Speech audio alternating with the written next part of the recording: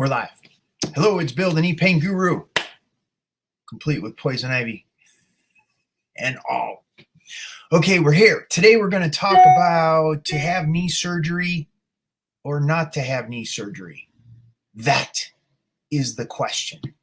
And this question actually comes from Karen, who wrote on the Knee Pain Guru website. I have a large tear on one side and a smaller tear on the other. This is of the meniscus. I'm told they will clean things up, but most likely will not be able to repair the tears. There is also a cyst. I was told if I don't do the arthroscopic surgery, it will just get worse. I'm hesitant to do it, but figure it is the best option at this point. What do you think?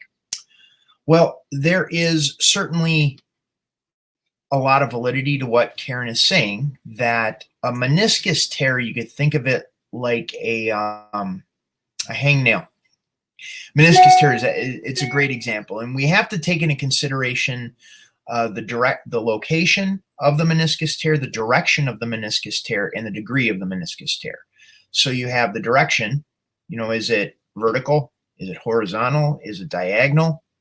We have to have the location, left, right knee, inside of the knee, outside of the knee, front of the meniscus, the back of the meniscus, underneath the meniscus, or above the meniscus. So we have to take that into consideration. And then the degree of tear, meaning like the length of the tear. Is it like a 1 millimeter tear?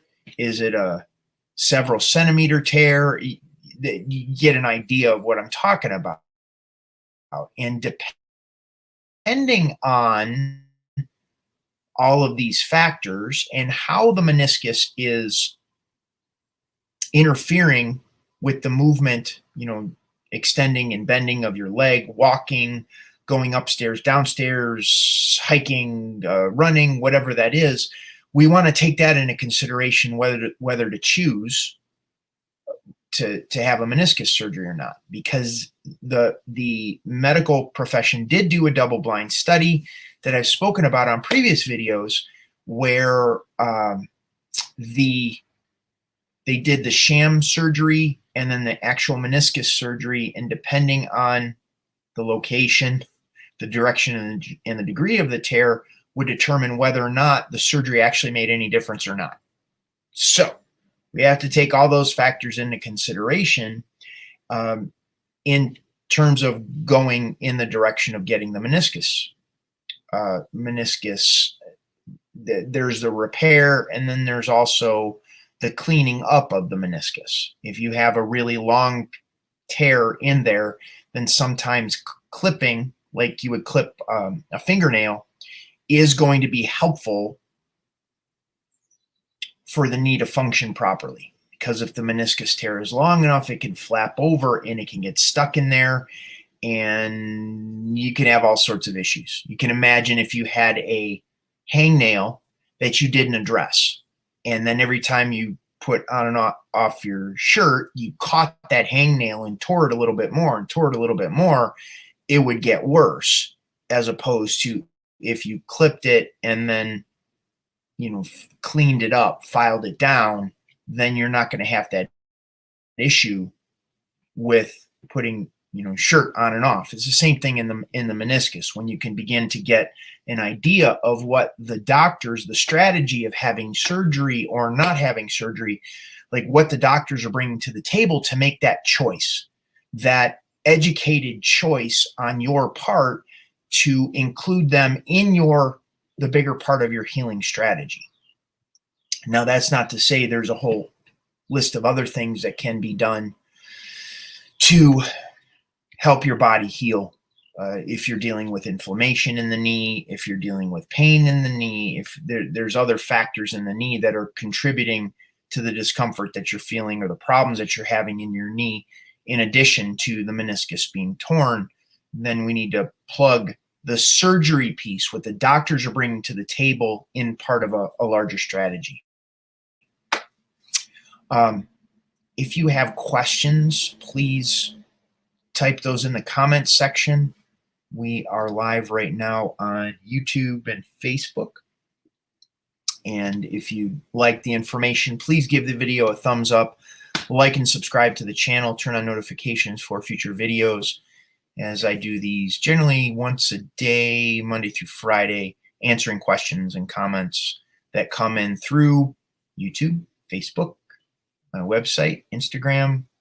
So yes, happy to answer questions to dissipate the fear associated with what goes on with knee pain, because it can be pretty challenging, because the knees affect how we stand in the world, how we move in the world, and that can play a huge role in terms of how we feel, how we process information. So the more we can dissipate that fear, you can show up more powerfully in your life, which is an awesome thing. If you're interested in more information, you can head on over to the Knee Pain Guru website. I have a newsletter you could sign up for. You can also sign up for a consultation at the appointment link. All of this is in the description box below, that you can sign up if you'd like to work out a strategy for your knees, as well as my group coaching program that we meet in a private Zoom call. It's a group private Zoom call once a week. And we go over your questions, and I point you to specific videos that'll help your knee today.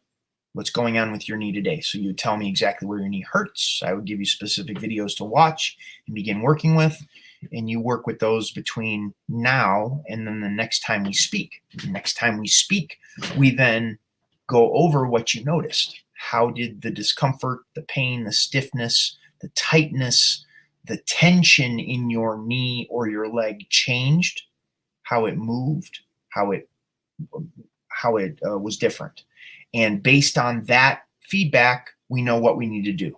We need to drink more water. We need to add some supplements into the equation, maybe change your diet a little bit, maybe do a little bit of stretching or mobility. It's all going to be dependent specifically customized to your individual situation. And you get to do it in the comfort of your own home. So that's what we got. No questions have come in. I would encourage everyone to go check out the video that I recorded yesterday with Dr. Charlie Beck, the osteopath. It was a great one on cartilage, the truth about cartilage regeneration. And it was just a fantastic hour call. And I got to pick his brain on how the body works and functions in terms of healing cartilage. We went into arthritis. We talked about prolotherapy, and what pain really is in the knee joint. So that was an excellent one. I'll put that in the at the end of the video. I'll include that video as one of the ones that you can check out as well. So I'm going to scoot now. Bill Paravano, the Knee Pain Guru, thanking you so much for being here. Have a wonderful day, and I will see you tomorrow.